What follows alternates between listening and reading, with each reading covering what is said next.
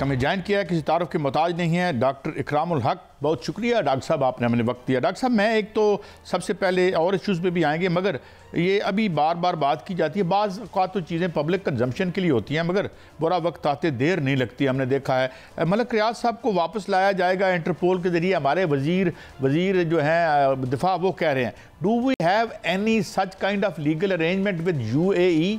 ये कर सकते हैं या इसलिए इसके लिए किसी अरेंजमेंट की ज़रूरत नहीं, महज जो है वो कोई एक रस्मी कार्रवाई काफ़ी है? जनाब डॉक्टर साहब।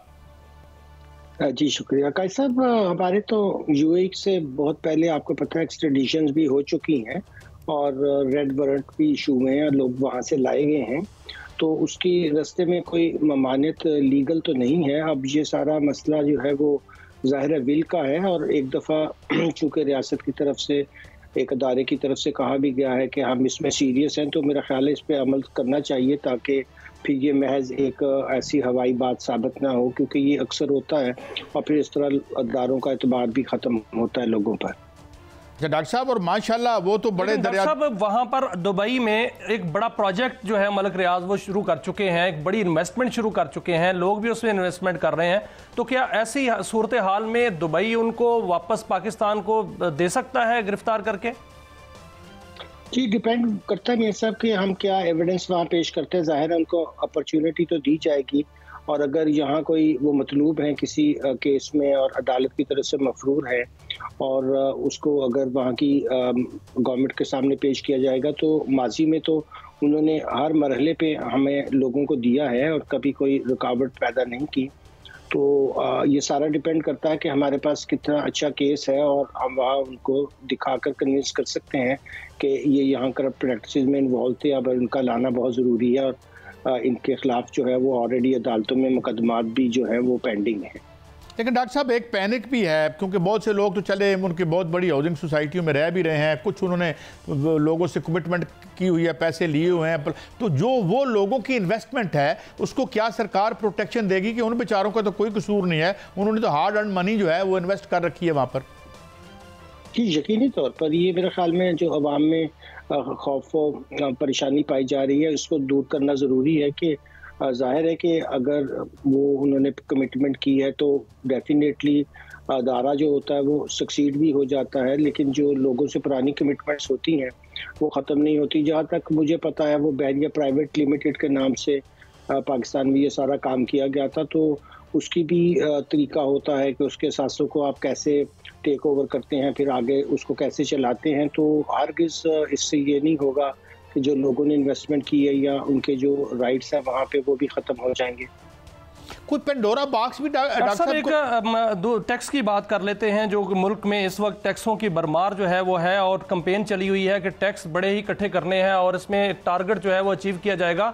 गाड़ियां भी 1087 गाड़ियां जो है वो खरीदी जा रही हैं, जिस पर आज पार्लियामेंट में भी शोर उठा। फ़ारूक सलीम साहब ने एक कॉलम लिखा है जिसमें उन्होंने लिखा है कि पाकिस्तान में जो टैक्स इकट्ठा किया जाता है उससे सिर्फ अखराजात किए जाते हैं, उससे जो इदारों के खसारे हैं वो पूरे किए जाते हैं, सब्सिडी दी जाती है और फलाह बहबूद का कोई काम नहीं होता। उन्होंने बाकायदा फिगर दिए हैं कि कितना कितना टैक्स जो है वो इकट्ठा किया जाता है और कितने जो है वो हम लाइबिलिटीज़ जो है वो अदा करते हैं सिर्फ। तो इस तरह की लीकेजेस जो होंगी तो फिर जो टैक्स इकट्ठा होगा, क्या टैक्स नेट में इसमें इजाफा होगा, टैक्स कल्चर बढ़ेगा या लोग टैक्स ही चोरी करेंगे फिर? जी पहले तो ये बिल्कुल दुरुस्त है कि जब हम 10 ट्रिलियन इकट्ठा करते हैं तो हमारा अखराजात वो 20 ट्रिलियन होते हैं। तो 10 ट्रिलियन लोगों से ले भी लिया, इसके बावजूद भी बेहतरी ना आई, बल्कि फिस्कल डेफिसिट भी बढ़ गया, कारोबार का भी नुकसान हुआ, लोगों को भी शदीद महंगाई का सामना करना पड़ा, क्योंकि बहुत से इंडायरेक्ट टैक्सेस जो हैं वो ज़ाहिर कॉस्ट को भी पुश कर रहे होते हैं। तो उनका आर्टिकल जो था वो इस लिहाज से बिल्कुल दुरुस्त है कि अखराजात की तरफ उन्होंने इशारा किया कि 15 साल पहले जब हमने 1.7 ट्रिलियन इकट्ठा किया तो हुकूमत के अखराजात सिर्फ 2.7 ट्रिलियन थे, और अब जब पिछले साल लोगों ने 9 ट्रिलियन से ज़्यादा दिया तो उस वक्त अखराजात जो थे वो हुकूमत के 20 ट्रिलियन हो चुके थे।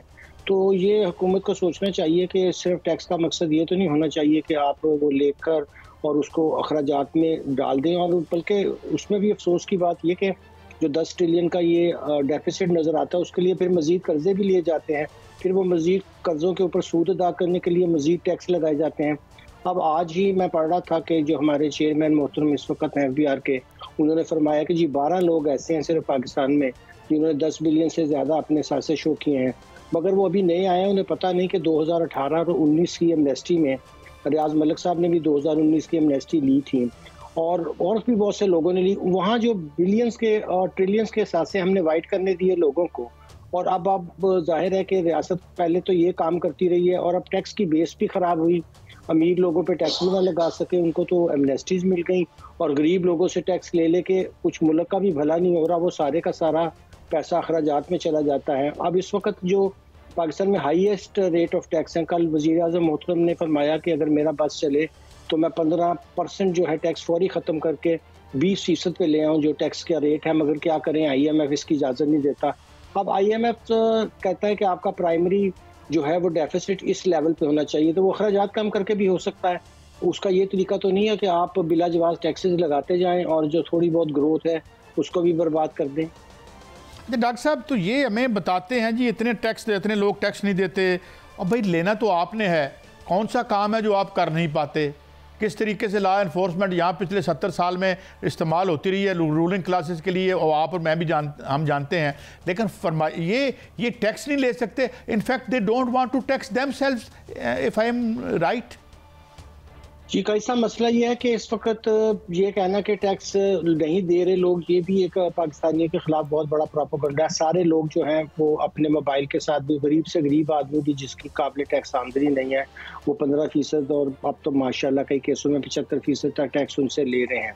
मसला उनका ये है कि ऊपर की जो क्लास है, जो 1% पाकिस्तान में रिचेस्ट लोग हैं, वो टैक्स अपनी जो एबिलिटी के मुताबिक नहीं देते हैं। और ये क्राइसिस रियासत का आपका नहीं, बहुत देर का चला जा रहा है कि वो पावरफुल लोग हैं। मिसाल के तौर पर आप देख लीजिए, एग्रीकल्चर इनकम टैक्स का उन्होंने आज तक इकट्ठा नहीं किया है। आज या कल खैबर पख्तूनख्वा ने बड़ी मुश्किल से कानून पास किया है, अब उसके ऊपर भी अगली जुलाई से अमल होगा नहीं होगा खुदा बेहतर जाने। पंजाब ने एक अजीब सा वेग लॉ पास कर दिया है। मसला बिल्कुल आपने सही तरफ इशारा किया है कि जो अमीर लोग हैं वो टैक्स देते नहीं, और जो गरीब लोग हैं वो टैक्स दे भी रहे हैं, फिर इनको टैक्स चोर कहा जाता है। इस वक्त कोई भी ऐसा बालिग शख्स नहीं है। डॉक्टर साहब, जो सोलर के हवाले से हुकूमत जो है वो हौसला शिकनी करने जा रही है लोगों की, और साथ साथ कहते हैं कि इसमें बड़ी करप्शन है, और जो इंपोर्ट है उसमें मनी लॉन्ड्रिंग हुई है, अरबों रुपए की मनी लॉन्ड्रिंग हुई होगी। लेकिन जो सोलर है, सोलराइजेशन है, इससे बिजली तो सस्ती हो सकती है, क्योंकि यूरोप में जो 5 रुपए यूनिट बिजली ली जा रही है, यहाँ भी जो है वो 11 घंटे सोलर होता है हर दिन, तो यहाँ पर जो है वो 3 से 4 पे फी यूनिट जो है बिजली बन सकती है। तो हुकूमत सोलराइजेशन की तरफ क्यों नहीं आ रही, ताकि घरेलू सेक्टर को सोलराइजेशन पर डाल के इंडस्ट्री को जो है वो बेहतर तरीके से सस्ती बिजली दी जा सके? और हुकूमत बार बार कह रही है कि बिजली की कीमत कम करेंगे, क्या होती हुई नजर आ रही है? जी, अभी तक तो कोई ऐसे वो ऊँट के मुंह में जीरा वाली बात है कि जी हम आपका 2 रुपये कम कर देंगे। आपने सही तरफ इशारा फरमाया कि अगर हम रिन्यूएबल एनर्जी की तरफ जाएं और ख़ास तौर पे हम सोलर अपनी एनर्जी को यूज़ करें, तो वो तो हमारे सूरज ही बहुत होता है और बहुत सस्ती हम पैदा कर सकते हैं। और शुरू में ये सारी बहस, अब चाहे एनवायरनमेंट के हवाले से हो, कॉस्ट कटिंग के हवाले से हो, तो बहुत ज़्यादा रिन्यूएबल का जिक्र हुआ। खुद जो वज़ीर आज़म मोहतरम है जब पंजाब में थे तो वो बहुत ज़्यादा इसकी बात करते थे। अब यकदम ज़ाहिर है कि ऑयल का भी बहुत बड़ा कल्ट है पाकिस्तान, वो बहुत बड़ा एक माफिया टाइप ऑपरेशन है, और जब भी ऐसी बात होती है तो वो फिर एक तरफ से शुरू कर देते हैं, सोलराइजेशन के खिलाफ एक मुहिम शुरू कर देते हैं। अब अगर आपने वहाँ वो इम्पोर्ट गलत की है तो वो तो आपकी नालायकी और कोताही, बल्कि मैं कहूँगा कनाइवस थी, आप मिलकर उनके साथ पैसा बना रहे थे। तो ये तो बहुत ही यानी कि अफसोस की बात है कि इस तरह की चीज़ें की जाना और फिर बाद में इसका इल्ज़ाम जो है वो लोगों पे लगाना। डॉक्टर साहब, फिर वो बात तो वहीं आती है कि अगर ये जो पॉलिटिकल पावर और बिजनेस का जो नेक्सस है, जब तक ये हम ब्रेक नहीं करते तो उसको जाहिर है वो ख़त्म तो नहीं होगा। डॉक्टर साहब जी, जाहिर है जी, वो तो कभी भी ख़त्म नहीं होगा, क्योंकि ये तो इसी तरह बढ़ता रहेगा जब तक हम बुनियादी तौर पर ये ऊपर जो हमारे लीटर स्ट्रक्चर है इसको हम ब्रेक नहीं करते हैं, तो ना टैक्स पूरा आएगा, ना मुल्क में कोई बेहतरी आ सकेगी। अब बातें तो उसकी बहुत होती हैं, लेकिन आप देखिए कि वो दिन ब दिन और भी ताकतवर होते जा रहे हैं। ना सिर्फ ये कि वो टैक्स की कंप्लायंस नहीं करते हैं, बल्कि वो गवर्नमेंट के और आपके हमारे दिए हुए टैक्सेस से बहुत ज़्यादा जो है वो याशियाँ भी करते हैं।